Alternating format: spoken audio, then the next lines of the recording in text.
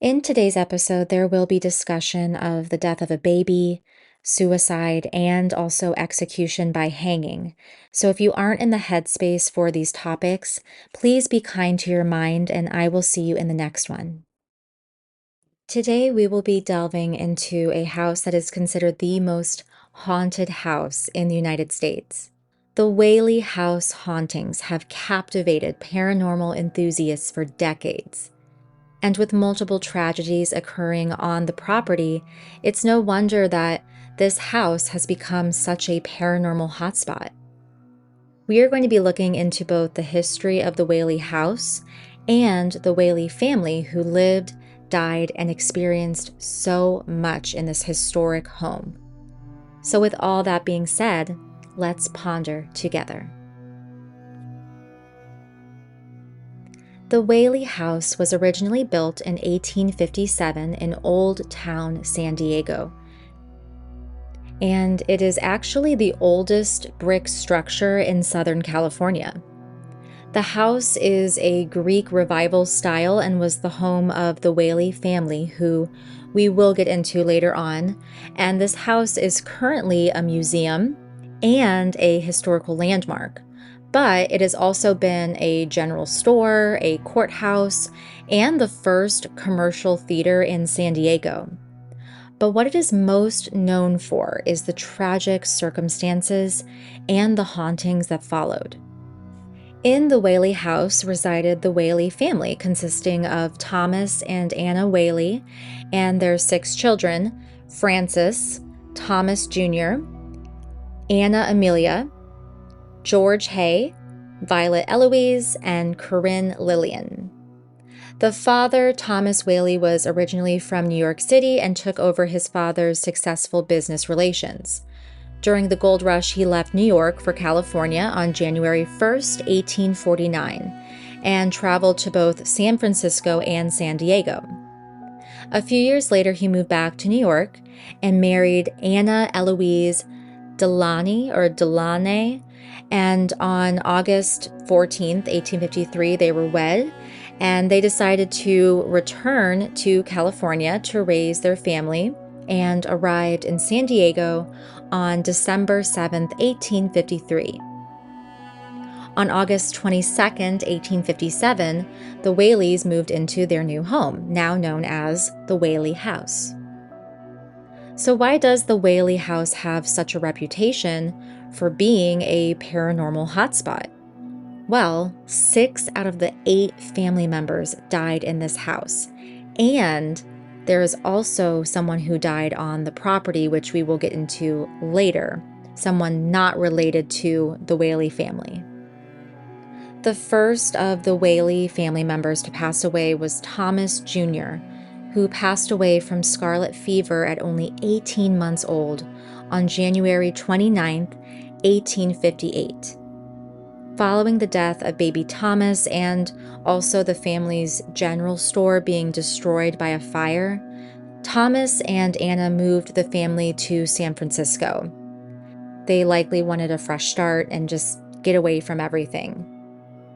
The next year, in January 1859, Mr. Whaley turned his affairs in Old Town over to Frank Ames, a Wells Fargo agent, but then later, in 1868, after Mr. Whaley had invested some of his newfound capital, he decided to head back to San Diego, fix up their old home, and the family officially moved back into the Whaley house in December 1868. There wasn't much drama or turmoil reported in the Whaley family for almost 2 decades. 2 of the Whaley children, Violet and Anna, both married their husbands on the same day, January 5th, 1882. Violet married George T. Bertolacci, and Anna Amelia wed her first cousin, John T. Whaley. And I know, first cousin, but do keep in mind different times. And honestly, it's kind of strange to me that the sisters got married on the same day and at the same venue. They both got married at the house, which, I don't know. I would not want to do that with my sister, but, everyone's different. Everyone's family is different. And usually, weddings would be seen as a joyous event. But sadly, things took a very tragic turn in 1885. Apparently, Violet's husband George was revealed to be a con artist, and he was only interested in marrying Violet to inherit part of the Whaley family fortune. And that's just awful. And I know that marriage and everything, it looked a lot different back then. You know, a lot of people got married, not really for love, but for security purposes or for, class or whatever. But even still, that's just horrible to find out that the person that you married did not love you and was not really interested in you at all, but just wanted to get at your family's wealth. That's just awful. George tried to prove his worthiness to the Whaley family after everyone discovered, his devious plans, but Thomas and Anna Whaley wanted nothing to do with him. And Violet was obviously devastated that her marriage was a sham. It was built on a lie, and she fell into a deep depression. Then on August 19th, 1885, only a few short years after she got married, Violet Whaley took her own life by shooting herself in the chest with her father's gun in her family's home. And she was only 22 years old when she did this, and she left behind a tragic note reading, "Mad from life's history, swift to death's mystery, glad to be hurled anywhere out of this world."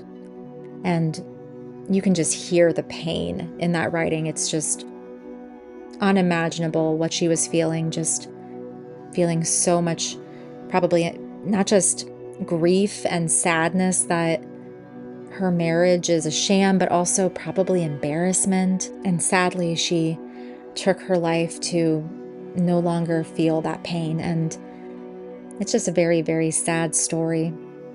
And unfortunately, this was not the only devastation that the Whaley family would face, because soon after Violet's death, Corinne, Violet's sister, she also faced additional heartbreak when her fiancé broke off their engagement due to the scandal of Violet's suicide.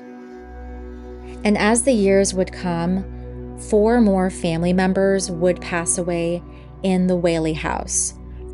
First, Thomas Whaley passed away due to poor health on December 14th, 1890. Later on, his wife, Anna, died inside the house in the year 1913, followed by their son, Francis, in 1914. And then finally, the last Whaley family member who was living in the house, Corinne, she lived in the Whaley house until her death in 1953. Now that we have looked into the history of the Whaley family, we are now going to pivot into the paranormal activity that came following so much tragedy. There was so much death and drama and heartbreak occurring on this property, and so it's no surprise that the remnants of these events have caught the eyes of so many. Those who enter the home have heard, felt, and seen many strange paranormal things happening throughout the house, including disembodied footsteps, cold spots, phantom smells, and apparitions. And typically, the apparitions are believed to be Thomas Whaley, Anna Whaley, and their daughter Violet. But what may surprise you is the lingering presence of someone not related to the Whaley family, and this infamous spirit is Yankee Jim, and it's one of the most infamous spirits that is reported to haunt the Whaley house. Yankee Jim Robinson was not related to the Whaley family, but he was apparently connected to Thomas Whaley because this man was a thief who was convicted and then executed by hanging on the very land where the house now stands. And according to local lore, Thomas Whaley witnessed the execution himself. And while living in Whaley House, Thomas experienced unexplained noises and footsteps that he attributed to Yankee Jim's spirit, and it is unknown if any of the other family members also experienced these unexplained sounds like Thomas did, but visitors and staff members that come through the house certainly do. People often report that there is a heavy, oppressive feeling near the location of the old gallows, and some have claimed to have heard phantom boots stomping through the upstairs hallway. Some of the encounters in the Whaley house are less disturbing, such as the sounds of children playing and laughing, and staff and visitors have also reported the smells of very strong and unexpected scents that are in certain rooms of the house.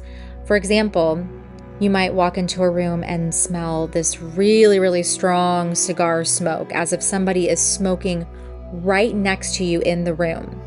And yet nobody is there, and there is no evidence of smoke anywhere on the property.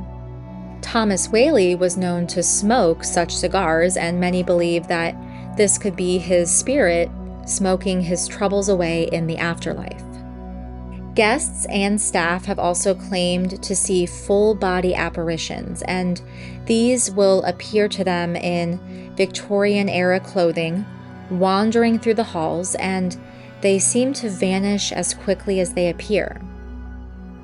Guests have also taken photos during their visit, only to later find unexplained shadows, orbs, or ghostly faces appearing in the images. The Whaley house began to get even more attention due to shows like America's Most Haunted or Ghost Adventures, and I'm not very convinced by these types of shows, and I don't really think that they provide much compelling paranormal evidence, but due to these shows covering the Whaley house, more people ventured out to California to pay the home a visit, hoping to experience their own paranormal activity. I hope that you enjoyed learning about the Whaley house and the Whaley family, and please leave a comment if you have had the opportunity to visit the historical home. I'd love to read about your experience. I will also post the source materials from where I got my research about the house as well as the Whaley family, and definitely look into it on your own. It's a very interesting, very sad story, but it's definitely one that I think people should know about. I think it's a very interesting part of American history.